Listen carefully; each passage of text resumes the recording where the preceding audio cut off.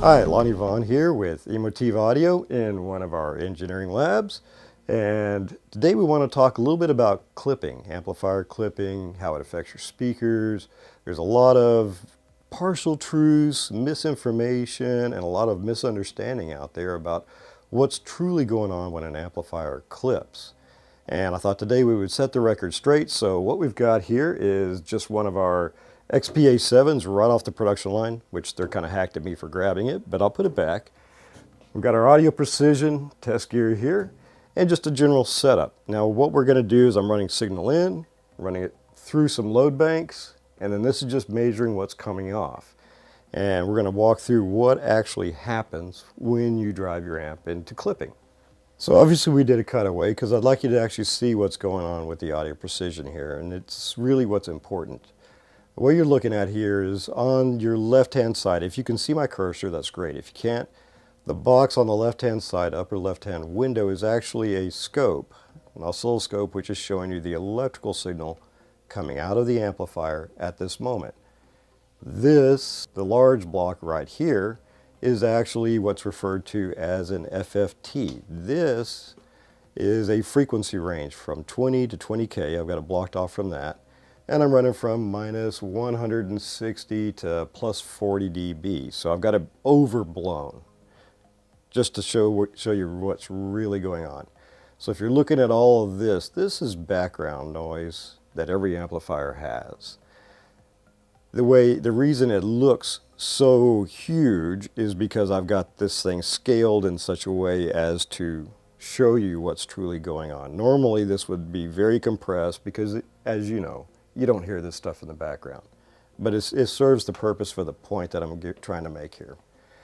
Now, right now we're running within the linear range of the amp. We've got a nice clean sine wave. I'm putting 1 kilohertz tone into it.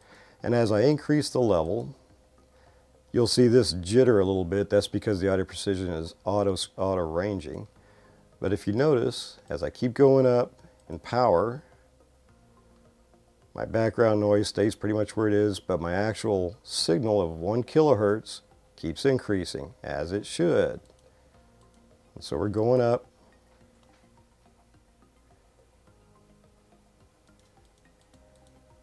Keep going up.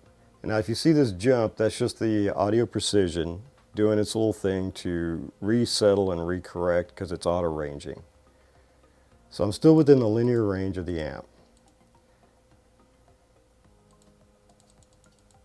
I'm going to go ahead and kick it on up quite considerably. Right now I'm probably putting out close to about 300 watts channel. So the relative difference here is somewhere in the neighborhood of about 100 or so dB in difference. Now you notice that once we got up into the range, you see the spike here, here, here. That is the onset of clipping. Now if you watch, just as I run the amp into clipping, watch what happens to those spikes. You see how they're getting taller?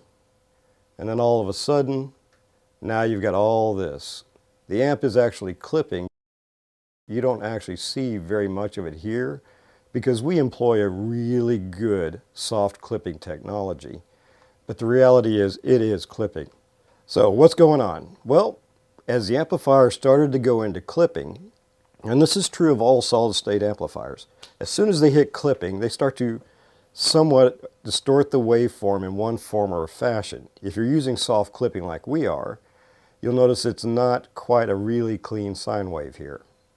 And what happens is the harmonics, based off of the fundamental, in this case 1 kilohertz, start popping up at increasing levels. Now, depending on how hard you drive it, well, those fundamentals just keep getting higher and higher. Or the harmonics just keep getting more and more. So look at all this energy we're driving into the upper band range. This is signal that should not be there under normal circumstances, right?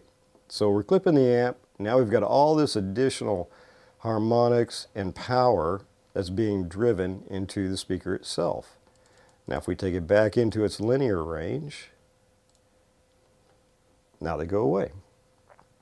So this frequency would be playing to the mid-woofer, mid-range, something like that. and the tweeter is down where it should be, and the woofer itself is down where it should be. Now if we lower this frequency, think about the correlation here. Let's take this down into the actual woofer range. Let me reset this, save a little time. Alright, so now we've lowered our frequency, and watch what happens. The same thing's going to happen as I increase this into clipping. There's all of our harmonics. Driving all the way up mid-range, all the way up into the tweeters. So there's a lot of energy that's being expended and dumped into the actual tweeters themselves. And that, ultimately, is what actually takes out a speaker. The tweeter is a very delicate device with very, very fine wire in its voice coil. It has very limited movement. When we're running into clipping, what happens is all these harmonics start summing together because a speaker doesn't care. It doesn't know the difference between distortion. It doesn't know the difference between a clean signal. It is nothing more than an electromechanical bidirectional piston, and it's trying to reproduce a complex sine wave. So all that noise, it just says, okay, to it, it's just a signal, but it's trying to play it, and it's dumping an enormous amount of energy, and the voice coil and the tweeters will superheat because they can't dissipate that much energy on a prolonged period of time and will burn up. And now I'm going to shift, and I'm actually going to replace the direct connection of our amplifier to our test gear and run the amplifier into a speaker and then out of the speaker into the test gear so I can show you how this correlates into real world. Alright, so we reset the shot here and I'll show you what's going on. We're coming out of our audio precision, we're going into the amplifier just like before. That hasn't changed. But what has changed is we were coming out of the amp back into the audio precision to show you what happens when the amp clips. Now we've changed it up. This is how it pertains to a real world application. We're going out of the audio precision into the amplifier. From the amplifier, we're coming into one of our speakers. Now you'll notice these additional wires.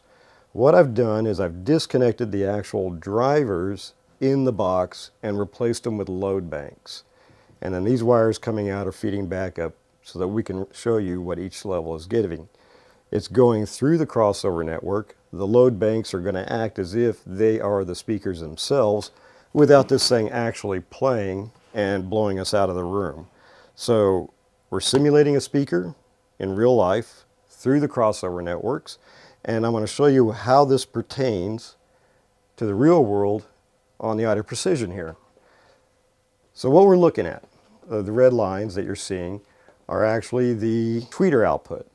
The blue lines are actually the woofer output. And if you'll notice, here's our woofer playing at 160 hertz, well within the actual woofer range, okay? The red line here is the tweeter. On the screen, it doesn't look like they're separated by too much, okay? But the reality is, this is at minus 25, and this is at minus 80. So there's an enormous amount of power difference going to the tweeter right now at that same frequency.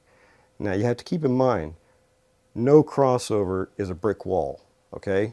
The actual crossover frequency for this particular speaker happens to be right here at 3K. So we're playing well within the woofer band, and I'll show you why. If you get a good explosion, a really good gunshot, something along those lines, and it causes the amp to overload and go into clipping, we're going to increase the power here. And I'll show you what happens to the actual levels coming out of each one. So I'm bringing it on up. Now we're well into clipping. Reset that so you can see it. Here's our woofer and here's our tweeter. I'm going to take the woofer out of the picture here. We're playing this tone. Now look at all this energy that would be going into the tweeter itself. This energy, it's not the actual signal, it's not the distortion, it's not the clipping, it's none of that that actually burns it up. It is the physical accumulation of all these frequencies adding to power. Power is what causes the voice coil to rise at an exponential rate and eventually burn out. Now we take this back down into a normal linear range, and now look what happens to the tweeter. And I'll bring the woofer back in for comparison. Boom. There's our woofer power level. Now look at our tweeter power level. The tweeter is now sitting at roughly 100 dB down, noise-wise. Not enough power there to ever even come across as even background noise, hardly. So that is what happens when an amplifier clips, and that is how an amplifier can damage your speakers. It's not the noise. I hear people all the time saying, well, you know, the distortion is what took it out. Not technically. The distortion is just part of a complex waveform. It is the accumulated power that's going to it that actually takes it out. So what we've done is we've shown you what happens with an amplifier clips, how it relates to the speaker itself, and how it can potentially damage a speaker. And that what's really important here, the bottom line, is the clipping itself. The noise, the distortion that people tend to believe causes the speakers to burn out is not really the case. It is the increase in power going to the speakers that causes a thermal rise time that the voice coils can't handle, and that's what ultimately takes out a speaker. And your tweeters, typically being the most delicate of all of them, are the ones that usually end up going. So how do you solve it? Well, the simple solution is you get a much larger or a much higher power amplifier that's not going to go into clipping, because your speakers are far more tolerant of being overdriven mechanically than actually having to deal with a whole lot of harmonics generated off of the clip signal that's actually coming from a low power amplifier. So hopefully that's been helpful. If you have any questions, give us a call. We'll be happy to help you out.